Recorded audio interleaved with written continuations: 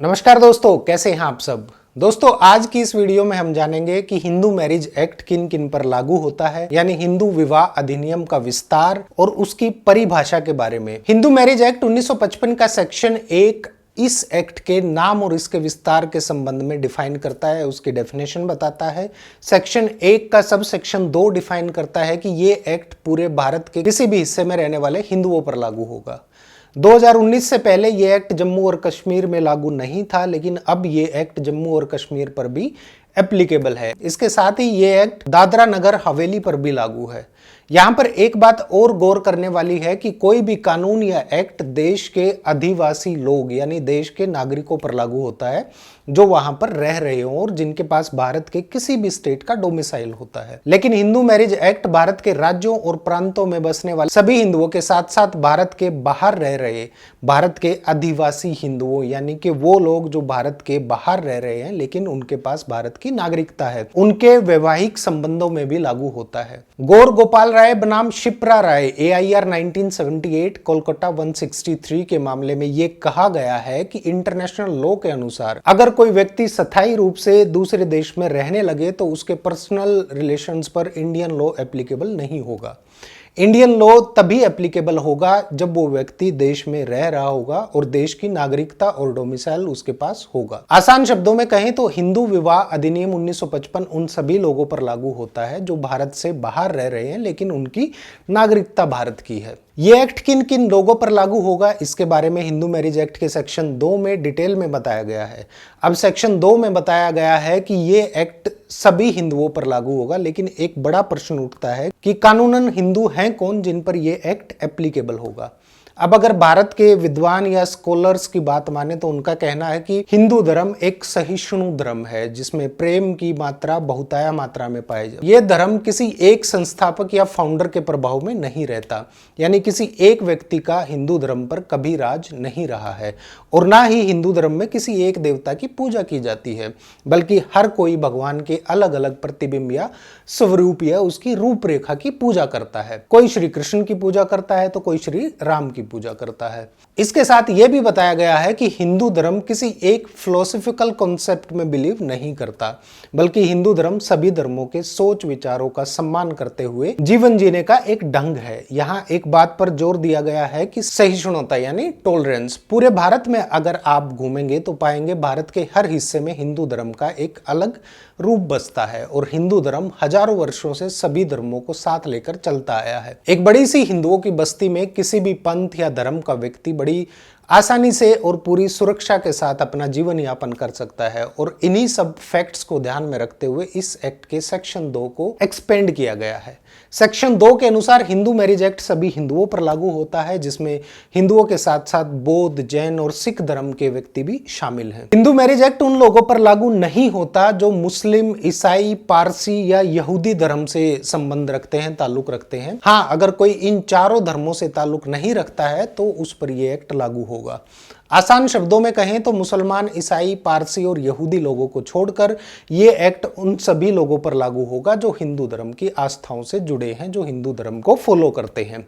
भारत देश के आदिवासियों पर भी यह एक्ट लागू होता है, लेकिन जैसे हिंदुओं के कुछ ट्रेडिशंस और कस्टम्स को इस एक्ट में मान्यता दी गई है, वैसे ही इस एक्ट के सेक्शन 29 के तहत आदिवासियों को अपने ट्रेडिशंस और कस्टम्स के अधीन कुछ विशेष मान्यताएं दी गई हैं। कमलेश कुमार बनाम कन्नापुरम ग्राम panchayat 1998/1 civil law journal 409 Kerala के मामले में कुछ फैक्ट्स बताए गए थे, जिसमें भारतीय मूल का एक निवासी जो कि बौद्ध धर्म से था, जापान की एक कंपनी में काम करता था। उसने एक जापानी महिला के साथ अपने धार्मिक अनुष्ठान जो कि नैयर समुदाय से आता था, उसने नैयर समुदाय के रीति रिवाजों को पूरा करते हुए उस जापानी महिला के साथ शादी कर ली और उसके साथ रहने लगा। इस मामले में सेक्शन 2/2 को ध्यान में रखते हुए शादी के बाद उस जापानी महिला को भी हिंदू माना गया और यही एक्ट आर्य समाज पर भी लागू होता है।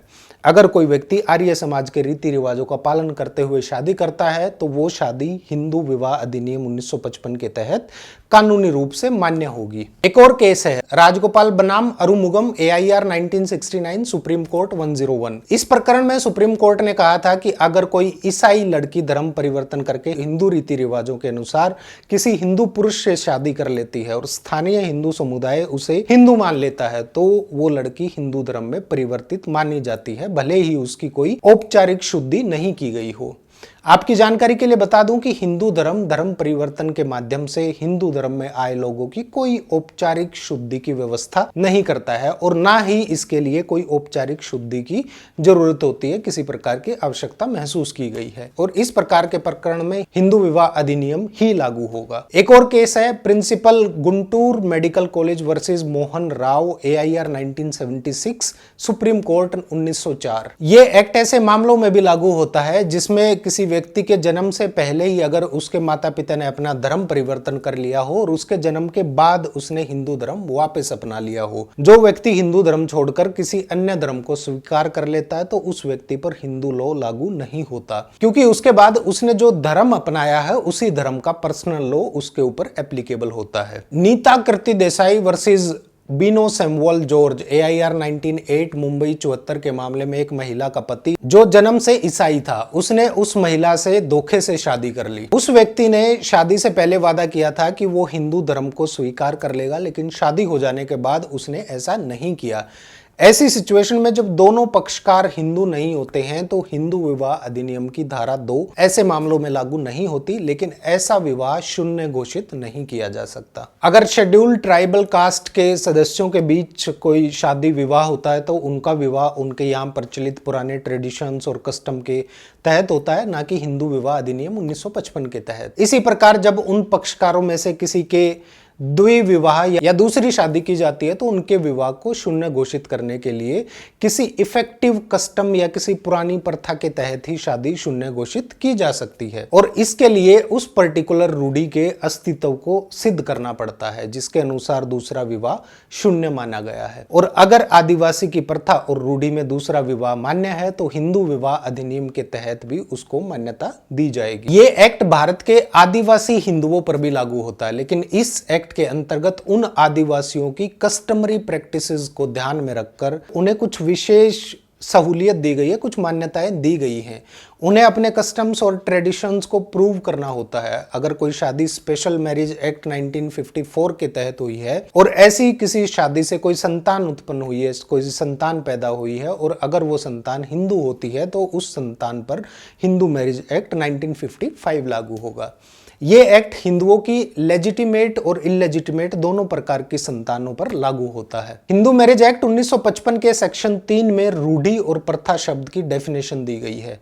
अगर किसी मामले में फैमिली ट्रेडिशन का सहारा लिया जाता है तो उसे प्रूव भी करना पड़ेगा, उसके लिए सबूत देना होगा। इसके कई एलिमेंट्स होते हैं, जैसे वो कस्टम और ट्रेडिशंस इलीगल नहीं होने चाहिए और ना ही कानून और किसी पब्लिक पॉलिसी के खिलाफ होने चाहिए या किसी पब्लिक पॉलिसी की वॉयलेशन नहीं होनी चाहिए और उन रीति रिवाजों का चलन पुराने समय से बिना किसी रोक टोक या बिना किसी की आपत्ति के होता आना चाहिए और सभी लोग उसको फॉलो करते होने चाहिए, तभी उस कस्टम या ट्रेडिशन को कानूनी रूप से मान्यता दी जा सकती है। हरि प्रसाद सिंह वर्सेस वाल्मीकि प्रसाद सिंह AIR 1975/733 में सुप्रीम कोर्ट ने साफ कहा है कि पति पत्नी माने जाने के लिए कुछ कर्म या अनुष्ठान का निर्वहन कर देना ही विवाह संपन्न कर देने के लिए सफिशिएंट नहीं है, बल्कि उस कस्टम और ट्रेडिशंस को प्रूव भी किया जाना चाहिए। रूढ़ी और प्रथा शब्द का मतलब होता है ऐसी प्रैक्टिसेस जो लंबे समय से लगातार समानता पूर्वक फॉलो किए जा रहे हो, जिसके परिणाम स्वरूप उसको कुछ कानूनी बल मिल चुका हो। लीगल पॉइंट ऑफ व्यू से उन्हीं रूढ़ियों को वैलिड माना गया है जो युक्ति युक्त या रीजनेबल और कानूनी विधि के अगेंस्ट ना हो और उन्हें बिना किसी प्रतिबंध के सामान्य तौर पर फॉलो किया जा रहा हो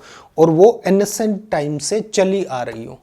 अब यहाँ पर एक टर्म आती है पूर्ण रक्त और अर्ध रक्त, यानी फुल ब्लड और हाफ ब्लड। ये कौन से रिलेशन होते हैं? एक ही माता पिता से पैदा हुई दो संतान आपस में पूर्ण रक्त या फुल ब्लड रिलेशन में होते हैं, और अगर किन्हीं दो संतानों के पिता एक ही हों और माँ अलग अलग हों तो वो संतान हाफ ब्लड रिलेशन में होती है। जैसे किसी हिंदू पुरुष की दो पत्नियां हैं, इन दो पत्नियों से तीन संतान पैदा हो गई। पहली पत्नी से राम और श्याम का जन्म होता है और दूसरी पत्नी से घनश्याम का जन्म होता है। राम और श्याम पूर्ण रक्त या फुल ब्लड रिलेशन में आएंगे, लेकिन घनश्याम और राम या घनश्याम और श्याम अर्ध रक्त या हाफ ब्लड रिलेशन में होंगे। इसके अलावा एक और रिलेशन होता है, एकोदर रक्त रिलेशन। जब कोई दो संतान एक ही मां और अलग अलग पिता से जन्म लेती हैं, ऐसी संतानें आपस में एकोदर रक्त संबंध में आती हैं।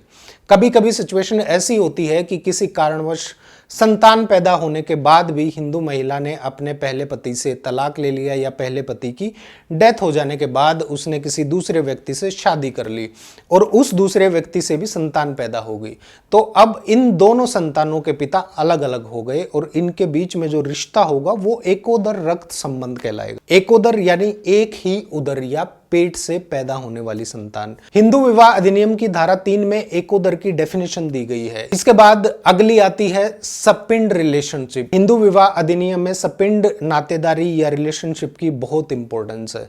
शादी करने के लिए एक दूसरे से सपिंड नहीं होना एक आवश्यक शर्त होती है। हिंदू शास्त्रों के अनुसार तीन चीजों में सपिंड रिलेशनशिप का बहुत महत्व है: विवाह, उत्तराधिकार, जन्म मृत्यु पर अशोच या सूतक। शादी के लिए दोनों पक्षों के बीच की पारिवारिक दूरी और उत्तराधिकार के लिए उत्तराधिकारी का निर्णय सपिंड संबंध से होता है।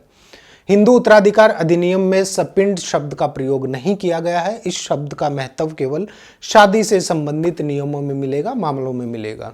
हिंदू लॉ के अकॉर्डिंग सपिंड का अर्थ है वो व्यक्ति जो पिंड दान करने का अधिकार रखता हो। हिंदू लॉ में कुछ रिलेशंस में शादी करने के लिए प्रोहिबिटेड किया गया है और इसके साथ ही सपिंड रिलेशनशिप में भी शादी करने की अनुमति नहीं दी गई है, जिसका लॉजिकल और साइंटिफिक रीजन भी दिया गया है और कहा गया है कि खून के रिश्ते में या निकट संबंधियों में शादी करने से संतान कमजोर और बीमार पैदा होती है। पूरे भारत देश में सामाजिक रूप से ये माना जाता है कि जिन लोगों में आपसी मेल मिलाप हो उन लोगों में विवाह करना उचित नहीं है। प्रेजेंट हिंदू मैरिज एक्ट 1955 के सेक्शन 3/4 के अनुसार सपिंड की गणना पिता की ओर से 5 और माता की ओर से 3 पीढ़ी सुनिश्चित की गई है। स्पिंड रिलेशनशिप को प्रेजेंट हिंदू लॉ के अंतर्गत मान्यता दी गई है और कहा गया है कि पिता की ओर से 5 पीढ़ियों तक के किसी व्यक्ति से विवाह शून्य माना जाएगा और माता की ओर से 3 पीढ़ियों तक। हिंदू मैरिज एक्ट के सेक्शन 18 के तहत अगर कोई सपिंड के नियम का उल्लंघन करता है और विवाह करता है तो 1 महीने के साधारण कारावास और 1000 रुपए तक के जुर्माने या दोनों से दंडित किया जा सकता है। इसके अलावा एक टर्म और आती है, prohibited degree of kinship. Act के सेक्शन 3 में प्रतिषिद्ध नातेदारी की परिभाषा दी गई और कहा गया है कि अगर कोई भी विवाह का पक्षकार प्रतिषिद्ध संबंध में है तो वो शादी वैलिड नहीं होगी। भाई बहन, चाचा चाची, ताऊ ताई, भतीजी भतीजा, मामी मामा, भांजी भांजा, भाई बहन के बच्चे या भाई भाई के बच्चे और बहन बहन के बच्चे, ये सब प्रतिषिद्ध नातेदारी में आते हैं। आसान शब्दों में कहें तो प्रतिषिद्ध नातेदारी से केवल इतना समझ लिया जाए कि किसी भी निकट के संबंधियों में हिंदू विवाह संपन्न नहीं हो सकता। दोस्तों, ये था हिंदू मैरिज एक्ट का वो हिस्सा जिसमें बताया गया है कि हिंदू मैरिज एक्ट के विस्तार के बारे में, कौन कौन हिंदू हैं और किन किन पर ये एक्ट एप्लीकेबल है, किन किन पर लागू होता है। ये सारी जानकारी मैंने आसान शब्दों में आप लोगों को बता दी है। कोई प्रश्न या कोई सुझाव है तो कमेंट करके जरूर बताइए। वीडियो को लाइक करके शेयर जरूर कर दीजिए। नमस्कार।